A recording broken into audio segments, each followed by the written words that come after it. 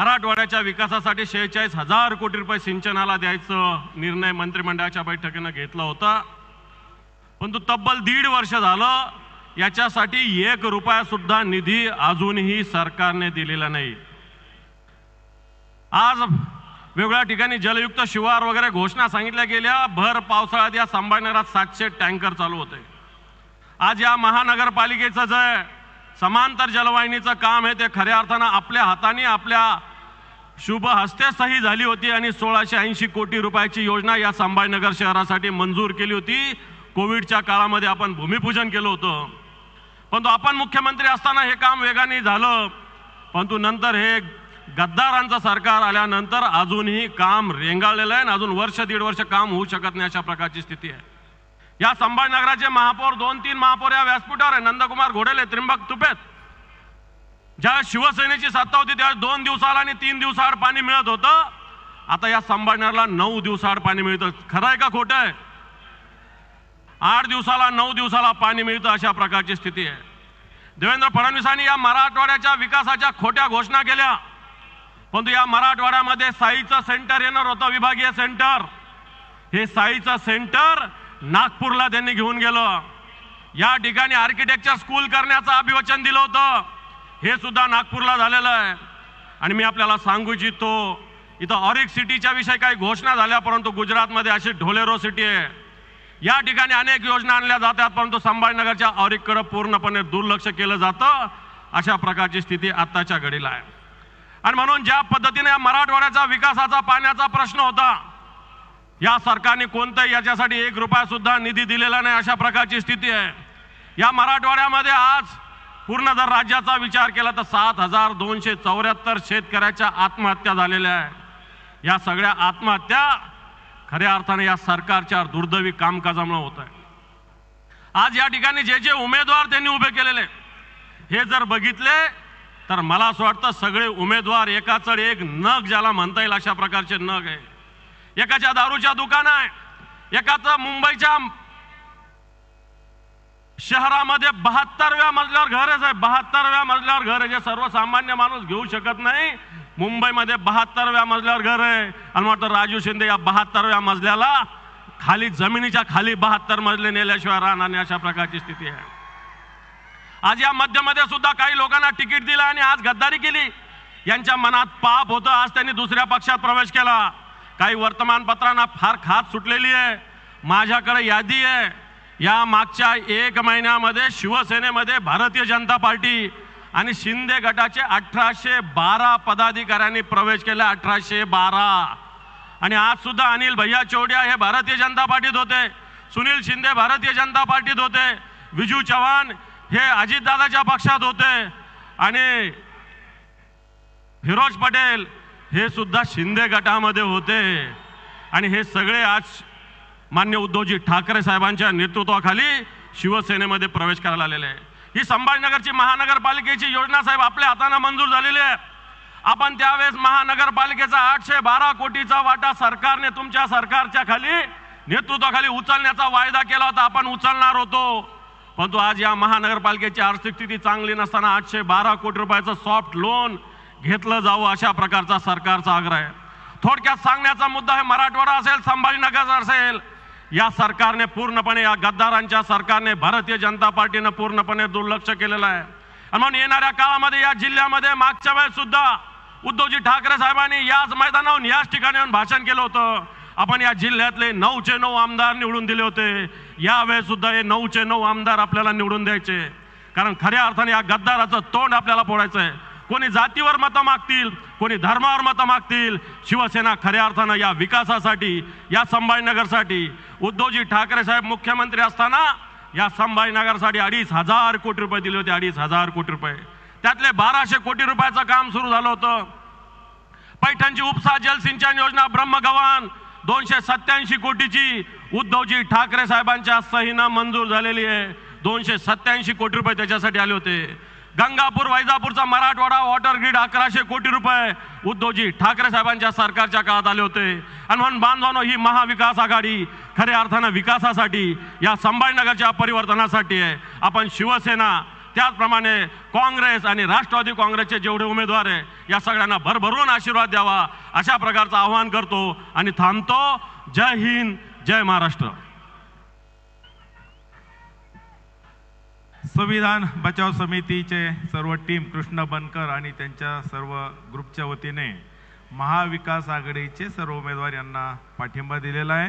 मी आता विनंती करतो पक्षप्रमुख, आपले सर्वांचे कुटुंब प्रमुख माननीय उद्धवजी ठाकरे साहेब यांना.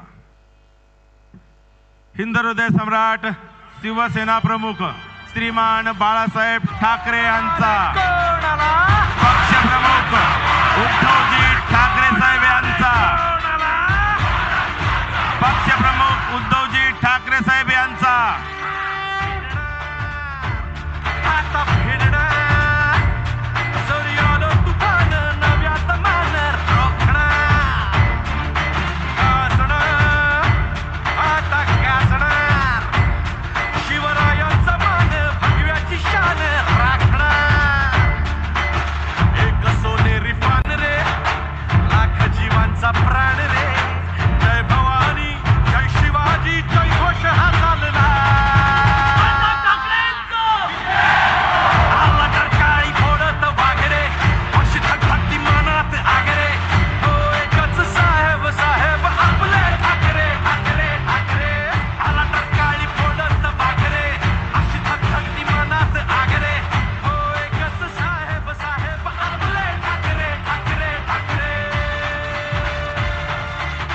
वर्ष झाली हो, पण अजूनही तोच लढा सुरू आहे.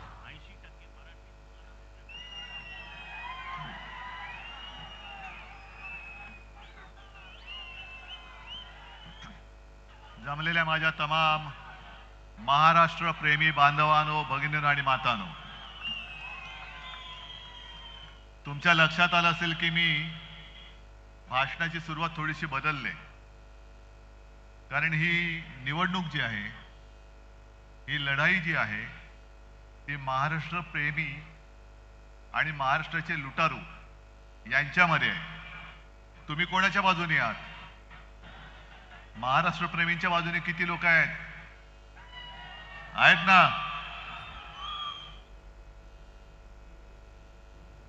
लोकसभेच्या वेळेला आलो होतो, असंच सगळं भरलं होतं, पण दुर्दैवाने पराभव झाला. कसा झाला, का झाला, याचं उत्तर हे कोणी द्यायचं आणि कोणाला द्यायचं? मी प्रामाणिकपणाने काही प्रश्न तुम्हाला विचारतोय की जे सरकार माझ्या नेतृत्वाखाली 2.5 वर्ष महाराष्ट्रामध्ये होतं, त्याचा कारभार तुम्हाला आवडला नव्हता म्हणून लोकसभेत आपला पराभव झाला का? माझं नेतृत्व तुम्हाला मान्य नाहीये का?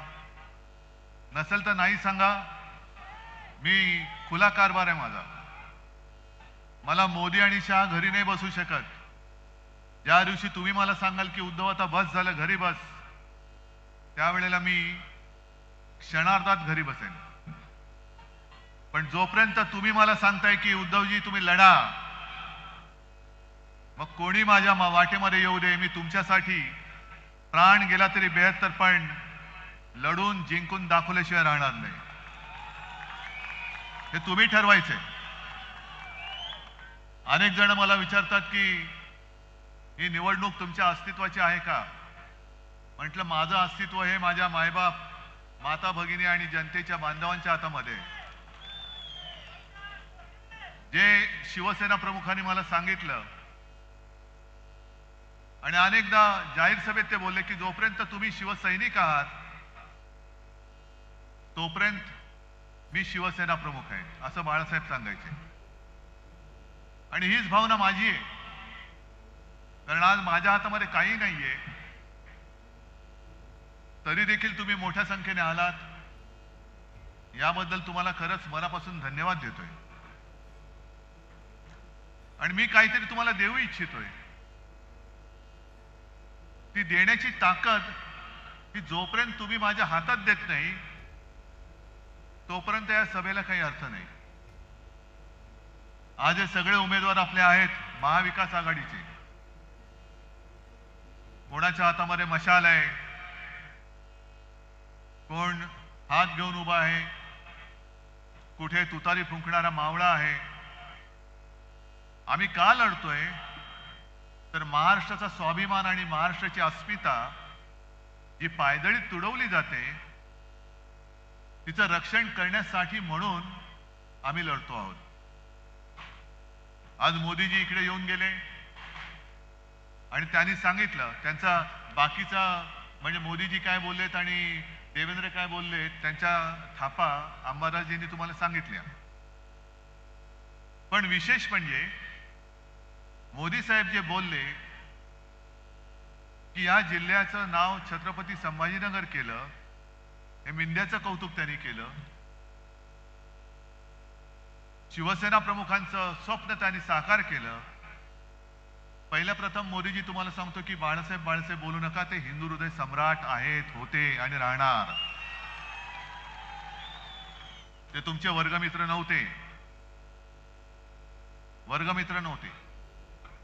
पण त्यांच्या आठवणीसाठी सांगतो की छत्रपती संभाजीनगर ह्या संपूर्ण जिल्ह्याचं नामकरण हे मी मुख्यमंत्री म्हणून माझ्या शेवटच्या कॅबिनेटच्या बैठकीत केलेलं आहे. ज्या वेळेला तुम्ही माझे गद्दार चोरून सुरतला ढोकळा खायला नेले होते तेव्हा मी मुंबईमध्ये मंत्रालयात बसून या जिल्ह्याचं नाव छत्रपती संभाजीनगर हे करून दाखवलं. बरं, हे तर ठीक आहे. जर मोदीजींचं म्हणणं असं असेल की छत्रपती संभाजीनगर हे नाव त्यांनी केलं तर मग मला सांगा छत्रपती संभाजीनगर आहे कुठे, कुठे आलं हे? कारण जर का आपण मतदारसंघावरती लक्ष दिलं,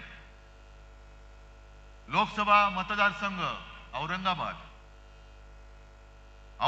पूर्व, औरंगाबाद पश्चिम आणि औरंगाबाद मध्य, मग संभाजीनगर मोदीजी आहे कुठे?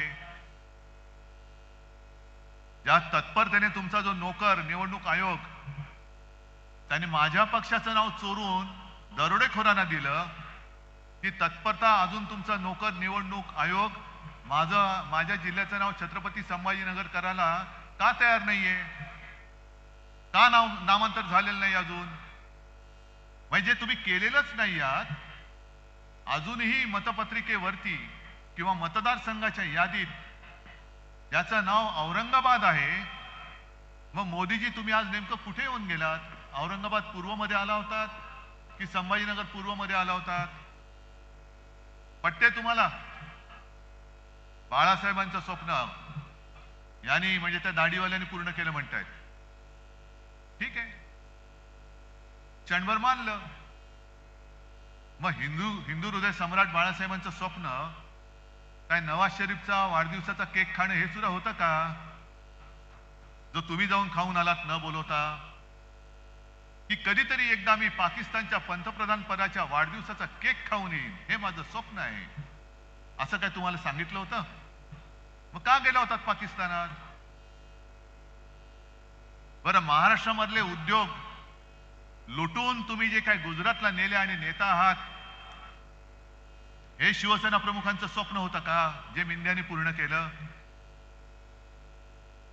मी मुख्यमंत्री असताना आणि आपलं महाविकास आघाडीचं सरकार असताना याच संभाजीनगरमध्ये मेडिकल डिव्हाइस पार्क आणत होतो. कुठे गेला तो मेडिकल डिव्हाइस पार्क? कुठे? गुजरात. तुम्हाला कल्पना आहे मेडिकल डिव्हाइस पार्कच्या माध्यमातून किती जणांना रोजगार मिळाला असता? काय अंदाज आहे? मेडिकल डिव्हाइस पार्क आला असता इथे तर त्याला बाकीची जी काही उपकरणं लागतात, जसं बजाज आल्यानंतर अनेक जणांना रोजगार मिळाले, कारण छोट्या छोट्या काही गोष्टी त्याच्यासाठी लागतात, तसंच मेडिकल डिव्हाइस पार्क जो आम्ही छत्रपती संभाजीनगरमध्ये आणत होतो, तो जर का इथे आला असता तर माझ्या मराठवाड्यातल्या किमान 1 लाख तरुणांना आणि तरुणींना त्याच्यामध्ये रोजगार मिळाला असता. किमान 1 लाख. तो तुम्ही घेऊन गेलात गुजरातला. आणि हिंदू हृदय सम्राटांचं स्वप्न म्हणून तुम्ही आम्हाला थापा मारता. छत्रपती शिवाजी महाराजांचा पुतळा तो तुम्हाला धड उभारता येत नाही. त्या पुतळ्यामध्ये सुद्धा पैसे खाणारी अवलाद तुमची, भाजप आणि मिंद्याची. तुम्ही छत्रपती संभाजीनगर हे नामकरण करू शकता, एक पुतळा धड तुम्हाला उभारता येत नाही. त्या पुतळ्यामध्ये सुद्धा पैसे खाल्ले. मी काल कोकणमध्ये गेलो होतो आणि तिथे एक मंत्री आहेत, केसरकर त्यांचं नाव. म्हणजे माणसं किती निर्लज्ज आणि निर्ढावलेली असतात. पुतळा पडल्यानंतर यांनी काय बोलले होते की वाईटातून काहीतरी चांगलं होईल. अरे गधड्या, महाराजांचा पुतळा पडलाय, त्याच्यातनं चांगलं होईल असं तुला वाटतं? म्हणजे ही एवढी सगळी मेलेल्या मनाची माणसं, ज्यांच्या मनामध्ये महाराजांबद्दल काही आदर नाही, प्रेम नाही, पुतळा उभारताना सुद्धा भ्रष्टाचार करतायत. तुमचं छत्रपती संभाजी महाराजांबद्दलचं प्रेम सुद्धा झोट आहे. मग आमच्याच काळामध्ये आम्ही इथल्या चिकलठाणा विमानतळाचं नामकरण जे केलं होतं, छत्रपती संभाजी महाराज चिकलठाणा विमानतळ, ते अजून का केलं नाही मोदीजी तुम्ही? काल मी गोव्याला गेलो होतो, गोव्याच्या विमानतळाचं नाव मनोहर पर्रीकरांचं केलं, अयोध्येचं तुम्ही केलं, आणखीन कुठे गेली असतील. पण अजून देखील आता 5 वर्ष झाली तो ठराव मंजूर करून झाला, का माझ्या या विमानतळाचं नाव छत्रपती संभाजी महाराज विमानतळ करत नाही तुम्ही? सांगा ना आम्हाला. आलं की काय वाटेल ते बोलायचं. म्हणजे आता काय झालंय, 4 दिवसापासून मी माझ्या बॅगा उघड्या करूनच फिरतोय, कारण जिथे जातो तिकडे माझी बॅग तपासताय. आज पण तपासली. ते तपासणीसाला मी सांगितलं, बघ रे बाबा, फक्त माझ्या बॅगेमध्ये एक साप आहे, त्याला हात नको लावूस, नाहीतर पुन्हा आमच्यावरती यायचं. मग त्यांना मी विचारलं की हे तुम्ही का तपासताय? नाही, आमची ड्युटी आहे. म्हटलं ड्युटी बरोबर, पण ड्युटी म्हणजे काय ड्युटी आहे? नाही, तुमच्या बॅगेत पैसे आहेत की नाही बघायचे. मग म्हटलं तुम्ही मोदींची बॅग तपासता का? म्हटलं काय साहेब सांगायचं तुम्हाला, त्यांच्या बॅगेमध्ये नुसत्या थापा असतात, नुसत्याच थापा. 15 लाख रुपये देणार, शेतकऱ्याचं उत्पन्न दुप्पट करणार, 2 कोटी लोकांना रोजगार देणार, अच्छे दिन आएंगे, सगळ्या थापा गेले 10 वर्ष आम्ही ऐकतोय, तरी थकत नाहीये. थापा देऊन देऊन हा माणूस थकत कसा नाही, ही एक दैवी चमत्कार आहे. एखादा माणूस थापा मारून मारून कंटाळेल, थकेल, पण हे थकतच नाहीत. आणि मग ते जे काय म्हणतात की भगवान ने मुझे भेजा आहे, असू शकतं बाबा, की खोटं बोलून सुद्धा तुम्ही थकत नाहीत. ही काहीतरी वेगळी शक्ती आहे, वेगळा चमत्कार आहे. आज यांना आठवलं मिंद्यांना आणि सगळ्यांना, 3 भाऊ, एक जॅकेट भाऊ, दाढी भाऊ, देवा भाऊ, आणि सगळे मिळून महाराष्ट्र खाऊ. यांची जी काय वृत्ती आहे, लुटेंगे और बांटेंगे, म्हणजे महाराष्ट्र लुटेंगे आणि दोस्तों को बांटेंगे, ही यांची खरी गोष्ट आहे. बटेंगे या कटेंगे वगैरे नाहीये. महाराष्ट्राला लुटणार आणि आमच्या म्हणजे त्यांच्या दोस्तांना वाटणार, वाटायचा, लुटायचा आणि वाटायचा,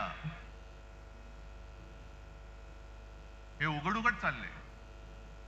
मग आपण छत्रपती शिवाजी महाराज की जय म्हणून जे काय बोलतो तिरिमिरीनी, आणि आपल्या महाराजांचा महाराष्ट्र आपल्या डोळ्यात देखत हे लुटून गुजरातला नेत आहे, तरी आपण काय चंड बनलो की नाही एवढे की आपण गप्पच बसलेलो. गेल्या वेळेला लोकसभेला एक झाली चोक. अरे काहीतरी बरोबरी करायची होती. चंद्रकांत खैरेंसारखा माणूस जो मला आठवते कित्येक वर्षापासून आपली सेवा करतोय, निष्ठेने राहिला, त्या निष्ठेची कदर, त्याचा आदर म्हणून मी त्यांना उमेदवारी दिली होती. जसं इकडे उदयसिंग बसलेले आहेत, विकले नाही गेले ते, त्यांना सुद्धा खोके दिले असते, त्यांना सुद्धा धमक्या दिल्या असत्या किंवा दिल्या, पण निष्ठेला जागले ते. मान कापली तरी 72, पण मी इमान विकणार नाही. मग त्यांचा आदर किंवा त्याची काय किंमत आपण ठेवायची की नाही ठेवायची? कोणी तुम्ही मोठा केलेला माणूस खोके घेतो, तिकडे जातो, दारूची दुकानं काढतो आणि आपण त्याला निवडून देतो. मला नाही पटलंय, खरंच नाही पटलंय. हे संभाजीनगर, हे छत्रपती संभाजीनगर शिवसेना प्रमुखांसुद्धा मला नाही वाटत हे पटलं असतं. पाठीमध्ये वार करणारी अवलाद या शिवसेनेने यांना राजकीय जन्म दिला, यांना मंत्रिपद दिलं. आणखीन काय करायचं बाकी होतं? सगळं काही केलं तरी सुद्धा उलटे फिरून तुम्ही आईवरती वार करताय आणि त्याला जनता निवडून देते, हे मला पटूच शकत नाही. मग कोणासाठी लढायचं? कोणाच्या भरोशावरती लढायचं? आज सुद्धा मी मैदानात उतरलोय. कोणासाठी उतरलोय? माझ्यासाठी उतरलोय. माझं काय जातंय? महाराष्ट्र लुटतात, लुटू द्या ना. संभाजीनगरचा मेडिकल डिव्हाइस पार्क, 1,00,000 नोकऱ्या देणारा मेडिकल डिव्हाइस पार्क गुजरातला गेला. माझं काय जातंय?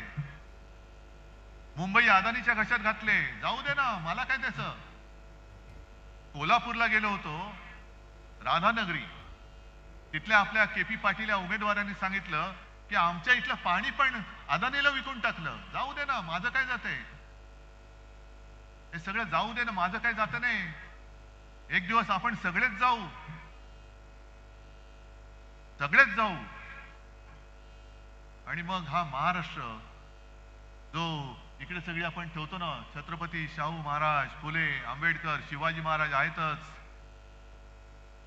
हा महाराष्ट्र हा शाहू फुले आंबेडकरांचा आहे का शहा मोदी अदानीचा आहे? याचं उत्तर देणारी ही निवडणूक आहे आणि हे उत्तर तुम्ही देणार आहात. तुम्ही द्यायचं हे उत्तर. मलाही पटत नाही, तळमळीने मी तुमच्यासाठी बोलतोय. माझ्या डोक्यामध्ये काही मुख्यमंत्री पदाचं खूळ घुसलेलं नाही, ते त्याही वेळेला नव्हतं. आणि तेव्हा जर का माझ्या डोक्यात ते घुसलेलं असतं तर एका क्षणात मी वर्षा सोडून माझ्या घरी मातोश्रीत मी गेलो नसतो. अनेक जण स्वप्न बघतात की वर्षावरती जायचंय, मुख्यमंत्री व्हायचंय. मला काही वाटलं नाही. मला फक्त एवढंच वाटलं, वाईट वाटलं, जरूर वाटलं की शिवसेना प्रमुखांनी मोठी केलेली माणसं, काही ना तर मीच मंत्री केलेलं, नाहीतर ते मंत्री पदाला सुद्धा कधी टेकलेच नसते, त्या खुर्चीत कधी बसले नसते, कधी खासदार झाले नसते, कधी आमदार झाले नसते. अशा लोकांना मी केवळ आणि केवळ शिवसेना प्रमुखांची जी पुण्याई माझ्या पाठीशी उभी आहे त्या जोरावरती आमदार, खासदार आणि मंत्री केलं. त्यांनी वार करावा माझ्यावरती, मला त्याचं वाईट वाटतंय. मुख्यमंत्री पद हे सोडून द्या. आणि अशी माणसं माझ्यावरती अविश्वास दाखवत आहेत, हेच मला पटलं नाही. अरे शत्रूने अविश्वास दाखवला तर मी समजू शकतो, पण माझ्याच माणसांनी, जी माझ्या बरोबर घरामध्ये येणारी आमच्या कुटुंबियांसारखी माणसं, ही माझ्यावरती अविश्वास दाखवणार नको. मला तुमच्या मनात मी नाहीये ना. मी सोडलं, वर्ष सोडून दिलं आणि मला कोरोना झाला होता तरी देखील मी मातोश्रीवरती गेलो. काही फरक पडला नाही मला. उलट वर्षापेक्षा मला मातोश्रीमध्ये छान शांत झोप लागते, कारण माझं आहे ते, माझ्या हक्काचं आहे. या मातोश्रीने यांना सगळं काही दिलं, त्या मातोश्रीमध्ये मी परत गेलो. मी माझ्यासाठी लढत नाहीये, मी तुमच्यासाठी लढतोय. अनेक गोष्टी मी या वचननामा घेऊनच फिरतोय आणि त्याच्यावरती मी लिहिलंय. हे जे लिहिलंय हे असंच ठेवू का बदलू हे तुम्ही सांगायचंय. मी या कव्हरवरती लिहिलंय कुटुंब प्रमुखाचा वचननामा. हे तुम्हाला मान्य आहे की नाही? कारण कोरोनाच्या काळामध्ये जे तुम्ही सहकार्य केलं म्हणून आणि म्हणून महाराष्ट्र वाचला. त्या सगळ्या काळामध्ये देशभरामध्ये आपला महाराष्ट्र कोरोना काळात जनतेची काळजी घेणारा नंबर 1 होता. मुख्यमंत्री म्हणून माझं नाव जरूर यायचं. जगात कौतुक झालं, पण हे कौतुक माझं नव्हतं, हे कौतुक तुमचं होतं. आणि जगाने कौतुक केलं आणि जर माझ्या घरच्यांनी नाही केलं तर मला जगाचं कौतुक हे कवडी मोल आहे, मला घरच्यांचं कौतुक हे सोन्यापेक्षा जास्त भारी आहे माझं. आणि या वचननाम्यामध्ये मी जी काय वचनं दिलेत, पहिलं म्हणजे महाराष्ट्र हा माझा, आपला महाराष्ट्र हा स्वावलंबी महाराष्ट्र आणि सर्वोत्तम महाराष्ट्र करायचा आहे. मी जिथे जिथे जातोय तिथे तिथे शेतकरी त्रासलेत. सोयाबीनचा शेतकरी त्रासलाय, कापूस पिकवणारा त्रासलेला आहे. सोयाबीनला भाव नाही, कापसाला भाव नाही, गद्दाराला भाव आहे 50 खोके. पण सोयाबीनला भाव नाही. मी मराठवाड्यातल्या, विदर्भातल्या आणि महाराष्ट्रातल्या सर्व सोयाबीन पिकवणाऱ्या शेतकऱ्यांना आज सांगतोय की अजिबात तुम्ही निराश होऊ नका, घाई गडबड करू नका. पडलेल्या भावामध्ये सोयाबीन विकू नका. आपलं सरकार येतंय, आपलं सरकार आणा. मी तुम्हाला हमी भाव देतो. जो त्यावेळेला 6,000 दिला होता त्याहीपेक्षा जास्त देण्याचं वचन मी तुम्हाला देतोय. पण तसं तरी काहीतरी सोयाबीन विकून टाकायचं. 3,000 विकतोय, 2,000 विकतोय. मग आपलं सरकार आल्यानंतर सगळे व्यापारी तुमच्याकडनं 3,000 घेतलेलं सोयाबीन हे सरकारला 6-7,000 विकतील. त्याच्यामुळे जरा थांबा, घाई गडबड करू नका. पहिले सरकार आणा. मी घेतो हमी तुमची. आणायलाच लागेल तुम्हाला. आणि हे मी करून दाखवले. 2 लाखापर्यंत पीक कर्ज मुक्त मी केलं होतं की नव्हतं? आणि या गद्दारांनी गद्दारी करून सरकार पाडलं नसतं तर 5व्या वर्षी माझ्या मनामध्ये पुन्हा एकदा शेतकऱ्याला कर्जमुक्त करायचं नक्कीच होतं. मी करून दाखवलं असतं. ठीक आहे, पुन्हा आपलं सरकार येतंय. हे सरकार आल्यानंतर पुन्हा माझ्या शेतकऱ्याला मी कर्जमुक्त करून दाखवेन. आणि जेव्हा आपण फिरत असतो तेव्हा काही काही गोष्टी घडत असतात. त्या नुसत्या बघून किंवा ऐकून सोडून द्यायच्या नसतात. मी 1-2 महिन्यापूर्वी आलो होतो. मला वाटतं आपल्या कोणाच्या प्रवेशाला, अंबादास, हा तुमच्या प्रवेशाला आलो होतो. आणि तिकडने येताना एका शेतात थांबलो. शेतात थांबले. मी आलो म्हटल्यानंतर शेतकरी सगळे धावत आले, पाया पडायला लागले की उद्धवजी तुम्ही आमचे देव आहात, तुम्ही आमचं कर्ज माफ केलं. म्हटलं बाबा मी देव नाही, मी माणूस आहे. उलट तुम्ही देव आहात कारण तुम्ही आम्हाला अन्न देता. आणि मग तिकडे काही शेतमजूर महिला त्यांचं काम करत होत्या. मी गेलो त्यांच्याशी बोलायला लागलो. म्हटलं काय ताई बरं आहे का? ती बिचारी काम करत होती. हा बरं आहे. म्हटलं आता 1,500 रुपये मिळतात, आनंद आहे ना? तिने माझ्याकडे बघितलं, मला म्हणाली 1,500 रुपयामध्ये घर चालतोय वय? हे बघ म्हणे माझ्या बाजूला पोर आहे माझं, याला शाळेत टाकायचंय. फी कुठून आणू? 1,500 रुपयामध्ये शाळेत ऍडमिशन नाही मिळत. माझ्याकडे काही शब्द नव्हते. पण समाधान मला एका गोष्टीचं वाटतं की अंबादास आणि दुसरे कोणी ती जबाबदारी कोणी घेतली? तालुका प्रमुख भालेकर, आनंद भालेकर तालुका प्रमुख यांनी सांगितलं की साहेब काळजी करू नका, याची ऍडमिशन मी करून देतो. आणि त्यांनी ऍडमिशन करून दिली. मग दुसऱ्या वेळेला मी जेव्हा आलो तेव्हा विमानतळावरती तीच माझी बहीण छान साडी वगैरे नेसून मुलाला घेऊन आली पाया पडायला की साहेब तुमच्यामुळे याची ऍडमिशन झाली. म्हटलं ताई मी कोणी नाहीये, बघ ह्या दादाने ऍडमिशन केलेली आहे. पण ठीक आहे, एका मुलाची मी करू शकलो. अनेक मुलं अशी आहेत ज्यांना शिकायचंय पण शिकता येत नाही कारण फी भरायला पैसेच नाहीयेत. अगदी स्वतः शिवसेना प्रमुखांना सुद्धा 7वी मध्ये शाळा सोडायला लागली होती कारण फी भरायला पैसे नव्हते. माझ्या आजोबांना सुद्धा शाळा सोडायला लागली होती कारण फी भरायला पैसे नव्हते. शिकायचं होतं पण शिकू शकत नाही, पैसे नाहीयेत. मग माझ्या आजोबांना आलेला अनुभव, माझ्या वडिलांना आलेला अनुभव, मी सुदैवी आहे कारण मी शिकू शकलो. पण त्या अजूनही शेतकऱ्याच्या मुलांना शिकता येत नाही. म्हणून मी ठरवलं की जसं मुलींना मोफत शिक्षण आहे तसंच माझ्या महाराष्ट्रात जन्मलेल्या प्रत्येक मुलाला मी मोफत शिक्षण देणार आहे. शिका, मोठे व्हा.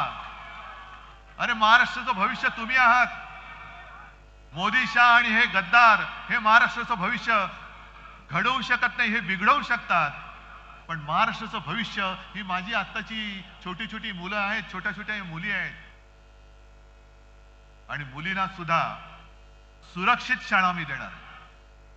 प्रत्येक शाळेमध्ये जी मुलींची शाळा असेल तिथे त्या मुलींना स्वच्छतालयामध्ये जाण्यासाठी सुद्धा बरोबर एक महिला कर्मचारी असलीच पाहिजे. हा माझा दंडक आणि माझा कायदा असेल. कारण ते शाळेमध्ये अत्याचार होतोय. कुठे मोदीजी, शहा, काय तुमच्या राज्यामध्ये नेमकं आहे काय? मणिपूरमध्ये आज देखील महिला अत्याचार होत आहेत महिलांवरती. गेल्या आठवड्यामध्ये सुद्धा एका 31 वर्षीय आदिवासी महिलेवरती, जी 3 मुलांची आई, घरामध्ये घुसली लोक, अत्याचार केला आणि तिला जिवंत जाळून टाकलं. आणि मोदी बाबा इकडे येऊन महाराष्ट्रामध्ये प्रचार करत होते, तेव्हा अमित शहा इकडे येऊन महाराष्ट्रामध्ये प्रचार करत होते. लाज वाटली पाहिजे आम्हाला की देशाचा कारभार सोडून महाराष्ट्र जिंकण्यासाठी पंतप्रधान म्हणून नव्हे तर भाजपाचे स्टार प्रचारक म्हणून इकडे फिरतात आणि मतं मागतायत. हा जो काही एक जो आक्षेप आहे तो माझा हा आहे. माझी बॅग तपासली, तपासा, पण मोदींची सुद्धा बॅग तपासली गेलीच पाहिजे. का नाही तपासायची? माझा हेलिकॉप्टर अडवला, अडवा, पण एखाद्या वेळेला आमच्यासाठी मोदींचं विमान का नाही तुम्ही अडवू शकत? आज जशी माझ्याकडे इकडे जनता जमलेली आहे, मोदींसाठी पण जमली असेल. भाड्याने आणली असेल नसेल मला माहिती नाही, पण असेल. पण आमचं पण ऐकायला लोक येतात ना, थांबतात तासन तास. संध्याकाळची सभा असली तरी दुपारी 2 वाजल्यापासून लोक येऊन थांबतात. जेवण नाही, खाणं नाही, पिणं नाही, ताण भूक काही नाही, तरी सुद्धा लोक येऊन माझ्यासाठी थांबतायत. मोदीजी, हे भाग्य, हे नशीब, हे माझ्या वडिलांच्या पुण्याईमुळे मला लाभलेलं आहे.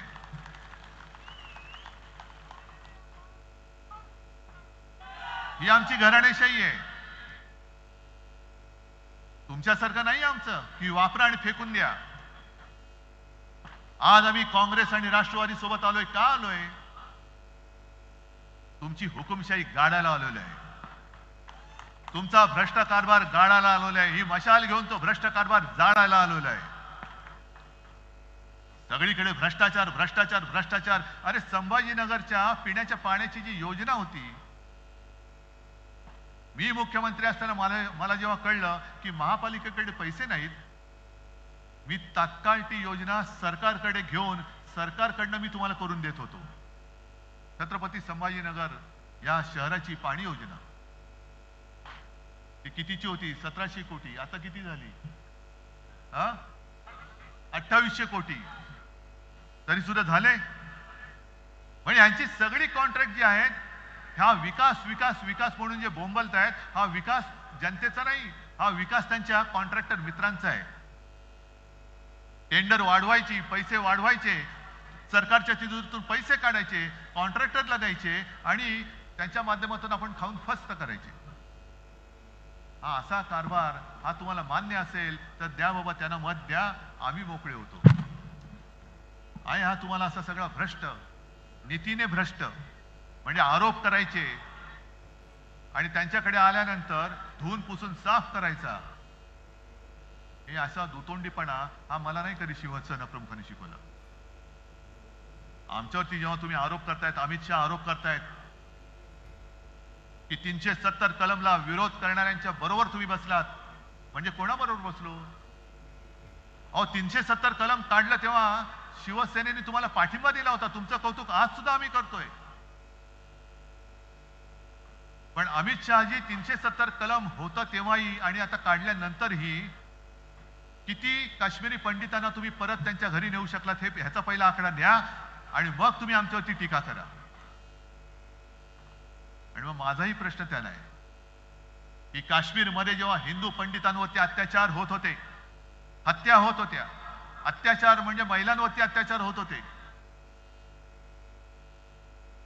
त्यावेळेला म्हणजे ती परिस्थिती एवढी भयानक होती की अनेक काश्मीरी पंडित आपलं हक्काचं वडिलोपार्जित घर सोडून आपलं चंबू गबाळ घेऊन देशभरामध्ये निर्वासिताचं जीणं जगत होते.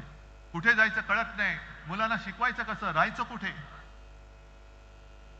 पण तेव्हा मोदी नव्हते, शहा नव्हते, फक्त हिंदू हृदय सम्राट शिवसेना प्रमुख बाळासाहेब ठाकरे होते, ज्यांनी सांगितलं की तुम्ही माझ्या महाराष्ट्रामध्ये या, इथे येऊन राहा. कोणाला शिकवताय तुम्ही? उगाच काहीतरी बडबडत सुटायचं, काही थापा मारायच्या. प्रत्येक वेळेला उद्धव ठाकरेंनी हिंदुत्व सोडलं, हिंदुत्व सोडलं, हिंदुत्व सोडलं. अरे भगव्याला कलंक तुम्ही लावलात, गद्दारीचा डाग तुम्ही लावलेला आहात. आणि आज स्पष्ट मी आरोप करतोय की तुम्हाला महाराष्ट्र मी लुटू देत नव्हतो आणि देणार नाही, म्हणून तुम्ही मला संपवायला निघालेला आहात. कारण त्यांना माहिती आहे तुम्ही माझी माणसं फोडली, गद्दारी करून अगदी डोक्यावरती बसवलं, ते तुमचे बूट चाटतायत. पण तुम्हाला माहिती आहे की महाराष्ट्र जो लुटायला येईल त्याच्या पेकाटात बुटाची लाथ घालणारा पहिला उद्धव बाळासाहेब ठाकरे असेल. अर्थात हे सगळं तुमच्या हातामध्ये. मी इथे नुसतं काय प्रवचन द्यायला नाही आलो. गेल्या वेळेला झालेली चूक तुम्ही सुधारणार आहात की नाही हे पहिलं मला सांगा. निष्ठेने महाराष्ट्राबरोबर निष्ठा तुमची आहे की नाही हे मला सांगा. तुमची निष्ठा महाराष्ट्रापाशी आहे की गुजरातपाशी आहे हे ठरवणारी ही निवडणूक आहे. तुमचा मेडिकल डिव्हाइस पार्क इकडून गुजरातला नेला, तुमच्यापैकी किती लोक जाऊन तिकडे नोकऱ्या करणार आहेत? महाराष्ट्र आपल्या हातामध्ये ठेवायचा आहे का मोदी शहांच्या हातामध्ये ठेवायचा आहे हे तुम्ही ठरवायचंय. आणि आपल्या हातामध्ये जर का ठेवणार असाल तर जेवढे जेवढे इकडे उमेदवार आहेत सगळे इकडे या.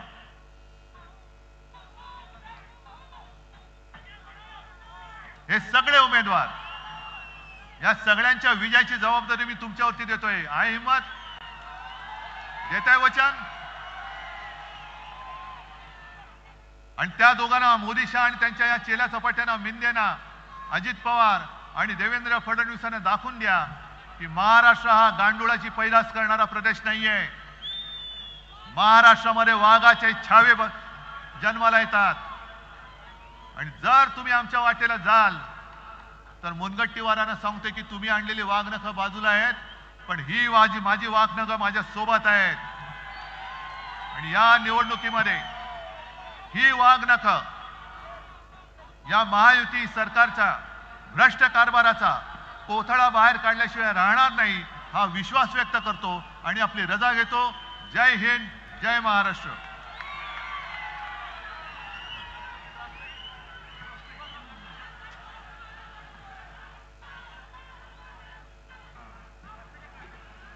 संविधान बचाव समितीच्या वतीने राजू शिंदे, बाळासाहेब थोरात यांना पाठिंबा देण्यात आले. त्यांचे आभार. या ठिकाणी राजू वैद्य महानगर प्रमुख हे आभार मानतील. माननीय उद्धवजी ठाकरे साहेब व सर्व महाविकास आघाडीच्या नेत्यांचे